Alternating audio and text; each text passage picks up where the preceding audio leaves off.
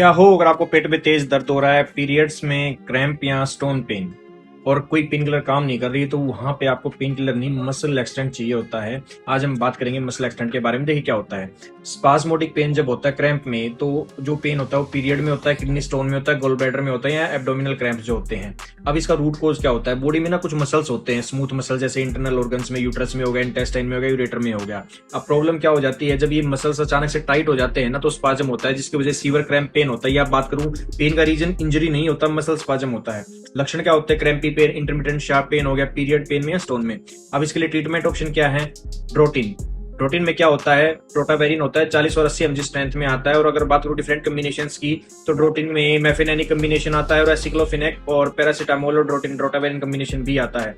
अब ये क्लास अगर बात करूं तो एंटीस्पास्मोडिक और स्मूथ मसल एक्सटेंट होते हैं। अब काम क्या करता है, देखिए बहुत इंटरेस्टिंग चीज है, ध्यान से सुनिए।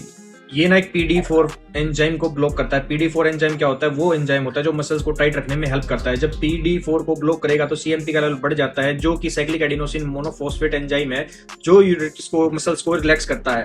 जब मसल रिलैक्स हो जाएंगी तो स्पाजम खत्म हो जाएगा और फाइनल रिजल्ट आएगा, आपका पेन नेचुरली कम हो जाएगा। अब अगर बात करूं डोसेज की, तो 40 to 80 mg एज जो डोजेज में दिया जाता है, 42 बिट डोज। और ड्रोटावेरिन जो है प्रेगनेंसी में बिल्कुल सेफ होता है। Contraindication, liver disease, cardiac issue, hypotension, patient इसको ना ले। साइड इफेक्ट के बारे में बात करूं तो नोजिया, डिजीनेस, लो बीपी। देखिए हर बार पेन किलर जरूरी नहीं होती है। अगर आपको पेन का रीजन समझ में आ जाए तो उसका जो निदान किया जाता है वो बहुत इफेक्टिव तरीके से किया जा सकता है। इसलिए हर पेन में पेन किलर नहीं, सही मैकेनिज्म के साथ मेडिसिन ले। बिना डॉक्टर की सलाह के कभी भी कोई भी पेन किलर ना ले। Thank you. ऐसी मजेदार वीडियोस के लिए मुझे फॉलो कीजिए।